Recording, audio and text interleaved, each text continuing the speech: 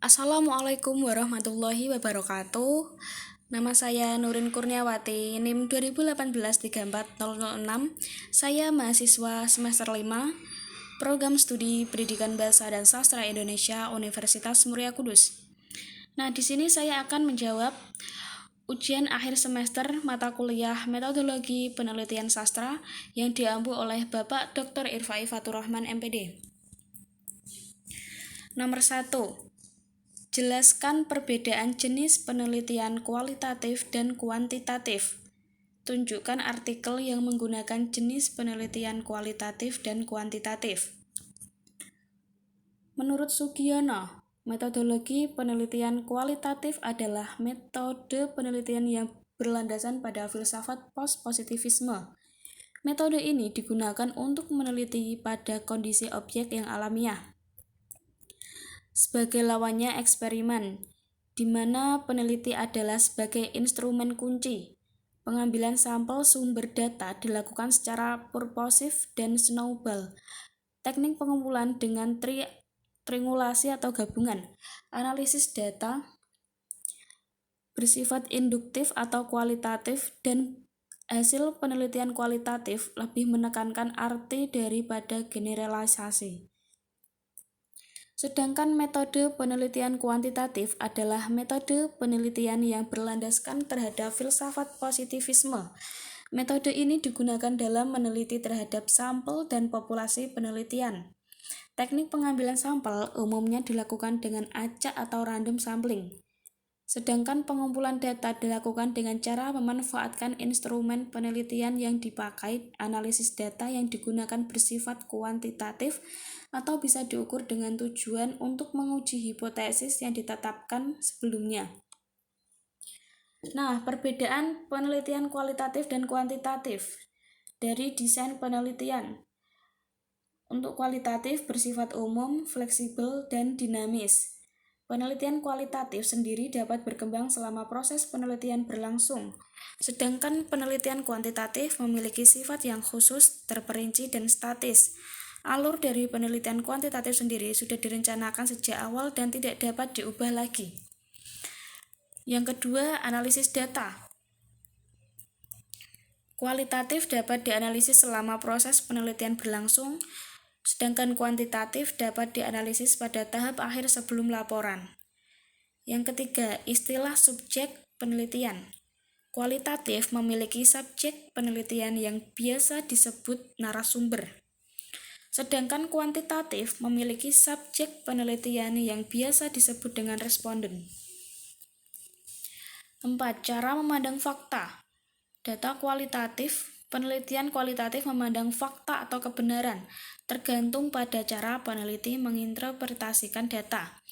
Hal ini dikarenakan ada hal-hal kompleks yang tidak bisa sekedar dijelaskan oleh angka, seperti perasaan manusia. Penelitian kuantitatif berangkat dari data yang kemudian dijelaskan oleh teori-teori yang dianggap relevan untuk menghasilkan suatu teori yang menguatkan teori yang sudah ada. Sedangkan kuantitatif, yaitu penelitian kuantitatif memandang fakta atau kebenaran berada pada objek penelitian di luar sana. Penelitian harus netral dan tidak memihak. Apapun yang ditemukan di lapangan itulah fakta. Penelitian kuantitatif berangkat dari teori menuju data. Yang kelima, dari pengumpulan data. Penelitian kualitatif lebih berfokus pada sesuatu yang tidak bisa diukur oleh hitam putih kebenaran. Sehingga pada penelitian kualitatif, peneliti mengorek data sedalam-dalamnya atas hal-hal tertentu. Sehingga kualitas penelitian kualitatif tidak terlalu ditentukan oleh banyaknya narasumber yang terlibat, tetapi seberapa dalam peneliti menggali informasi spesifik dari narasumber yang dipilih. Sedangkan penelitian kuantitatif, pengumpulan data dilakukan dengan menggunakan serangkaian instrumen penelitian berupa tes atau kuesioner. Data yang terkumpul kemudian dikonversikan menggunakan kategori atau kriteria yang sudah ditetapkan sebelumnya. Kualitas penelitian kuantitatif dilakukan oleh banyaknya responden penelitian yang terlibat. Yang keenam, berdasarkan representasi data. Penelitian kualitatif. Hasil penelitian kualitatif berupa interpretasi peneliti akan sebuah fenomena sehingga laporan penelitian akan lebih banyak mengandung deskripsi. Sedangkan penelitian kuantitatif, hasil penelitian dipresentasikan dalam bentuk hasil penghitungan matematis. Hasil penghitungan dianggap sebagai fakta yang sudah terkonfirmasi. Keabsahan penelitian kuantitatif sangat ditentukan oleh validitas dan reliabilitas instrumen yang digunakan. Yang ketujuh, berdasarkan implikasi hasil riset. Penelitian kualitatif. Hasil penelitian memiliki implikasi yang terbatas pada situasi-situasi tertentu, sehingga hasil penelitian kualitatif tidak bisa digeneralisasi dalam setting berbeda. Sedangkan penelitian kuantitatif, hasil penelitian berupa fakta atau teori yang berlaku secara umum atau generalis, kapanpun dan dimanapun fakta itu berlaku. Yang ke-8, macam metode: kualitatif, fenomenologi, etnografi, studi kasus, historis, grounded theory.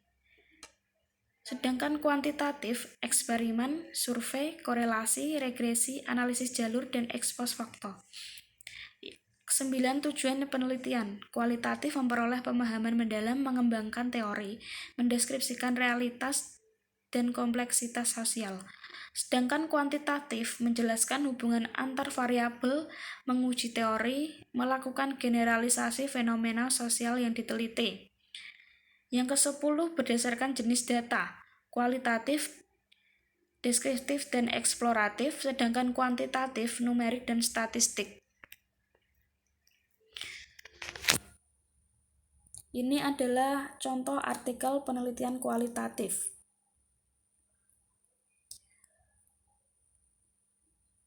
Judul Pemberontakan Perempuan dalam novel Perempuan Badai karya Mustafa Wahid Hasyim. Kajian Feminisme. Tia Ratna Zuraida, Sumartini, dan Uum Komariah. Penelitian ini termasuk penelitian kualitatif, penelitian yang menghasilkan data deskriptif berupa kata-kata tertulis. Bogdan dan Taylor dalam Moleong 2010.24. Selanjutnya yaitu artikel penelitian kuantitatif.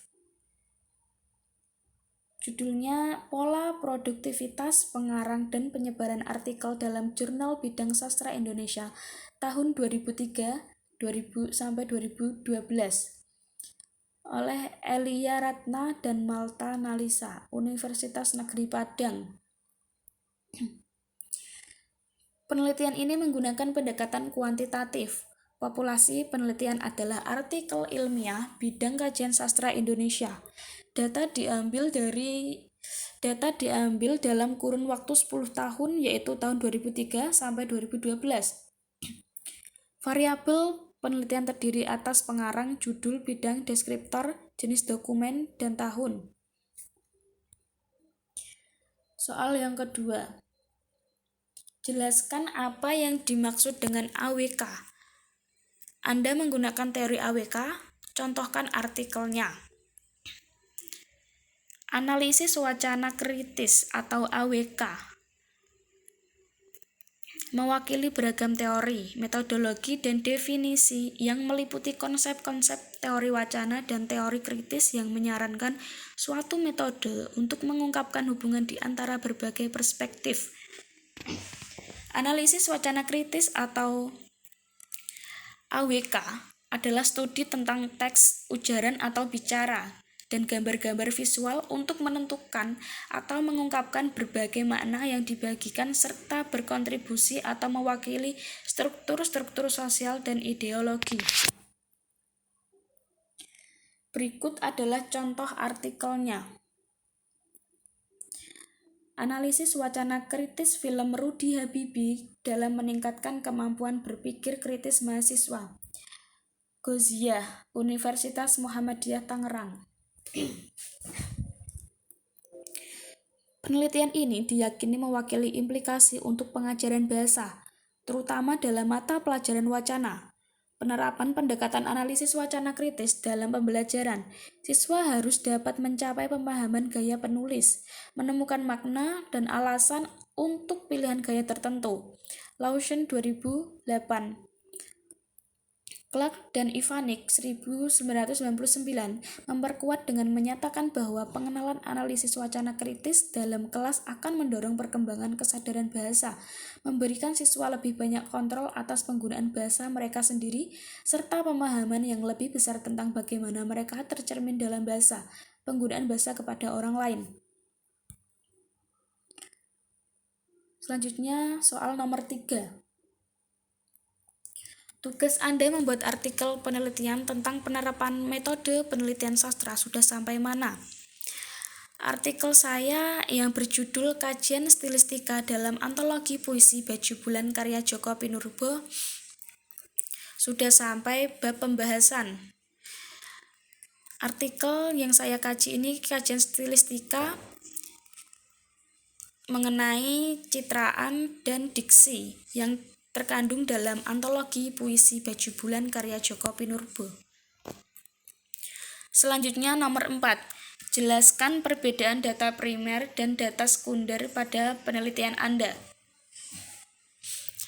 Data primer penelitian saya adalah diksi dan citraan pada kumpulan puisi Baju Bulan karya Djoko Pinurbo.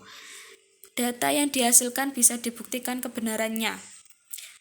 Sedangkan data sekunder penelitian saya adalah dengan membaca buku yang berhubungan dengan penelitian saya, yaitu Antologi Puisi Baju Bulan karya Djoko Pinurbo. Nomor 5. Jelaskan perbedaan wawancara terstruktur dan wawancara tidak terstruktur. Wawancara terstruktur biasanya digunakan dalam penelitian deskriptif. Penelitian deskriptif adalah penelitian yang mendeskripsikan atau menyajikan gambaran lengkap suatu fenomena sosial yang aktual. Karena menggunakan pertanyaan dan pola yang sama, sehingga teknik wawancara terstruktur dapat digunakan dengan lebih ekonomis dalam pengumpulan informasi. Selain itu, jenis kesimpulan yang didapat dari wawancara terstruktur juga lebih mudah dirumuskan karena menggunakan pertanyaan yang sama. Wawancara tidak terstruktur digunakan dalam penelitian eksplorasi yang digunakan sebagai alat dasar untuk mengumpulkan informasi. Ciri penelitian eksplorasi adalah penelitian yang tujuannya memberikan sedikit gambaran mengenai suatu fenomena. Penelitian ini biasanya digunakan hanya untuk mengeksplorasi pertanyaan penelitian dan tidak bermaksud untuk memberikan solusi akhir. Soal nomor 6. Jelaskan perbedaan sumber data primer dan sumber data sekunder pada penelitian Anda.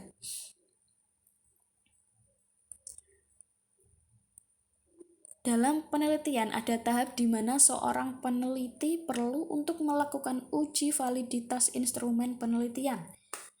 Menurut Sugiono, data primer merupakan sumber data dalam pemberian informasi dilakukan secara langsung pada pengumpul penelitian. Data sekunder yaitu data yang digunakan hanya sebagai pendukung dari data primer. Sumber data yang digunakan dalam penelitian saya yaitu berupa buku Antologi Puisi Baju Bulan karya Djoko Pinurbo. Nomor 7. Apa perbedaan validitas dan reabilitas pada penelitian Anda? Uji validitas adalah sebuah proses untuk menguji ketepatan dan keakuratan instrumen atau alat yang digunakan peneliti untuk mengumpulkan data. Sedangkan uji reabilitas merupakan uji coba terhadap instrumen penelitian untuk melihat seberapa keajekan, konsistensi, kestabilan dalam mengukur data. Sebuah alat atau instrumen penelitian dapat dikatakan reliable jika hasil pengukuran pada subjek yang sama dan dilakukan beberapa kali diperoleh hasil yang tidak terlalu berbeda. Nomor 8. Jelaskan penerapan dari heuristik dan hermeneutik pada penelitian Anda. Teknik analisis data yang digunakan pada penelitian saya ini adalah metode pembacaan model semiotik, yaitu pembacaan heuristik dan hermeneutik. Hal ini bertujuan untuk mengetahui makna dari lirik dan bait puisi yang terdapat pada antologi puisi Baju Bulan karya Djoko Pinurbo. Heuristik. Pembacaan heuristik merupakan pembacaan karya sastra pada sistem semiotik tingkat pertama, berupa pemahaman makna sebagaimana yang dikonversikan oleh bahasa. Dengan menguasai bahasa yang dipakai, mesti mampu memahami makna kalimat demi kalimat yang terdapat pada antologi puisi Baju Bulan karya Djoko Pinurbo ini, agar menghasilkan pemahaman makna secara harfiah, makna langsung, makna tersurat, makna sesungguhnya, dan makna denotatif. Hermeneutik. Pembacaan dan pemahaman pada tataran semiotik tingkat kedua. Pada tataran pembacaan hermeneutik dibutuhkan pengetahuan tentang kode sastra. Kode sastra merupakan semacam kesepakatan bahwa ketika membaca teks-teks sastraan terdapat makna lain, ada tafsir lain, ada kemungkinan pemaknaan lain yang dapat diberikan.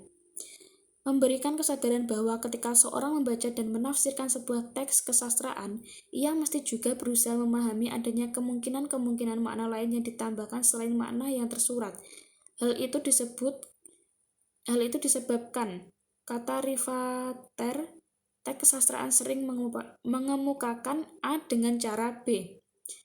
Kemudian pembacaan heuristik menurut Rivater adalah pembacaan dalam taraf mimemis. Pembacaan itu didasarkan pada sistem dan konvensi bahasa. Mengingat bahasa memiliki arti referensial, maka untuk menangkap arti pembacaan harus memiliki kompetensi linguistik. Sedangkan pembacaan hermeneutik adalah pembacaan yang didasarkan pada konvensi sastra. Pada tahap ini, pembaca dapat memaparkan makna karya sastra berdasarkan interpretasi yang pertama. Sekian dari saya. Wassalamualaikum warahmatullahi wabarakatuh.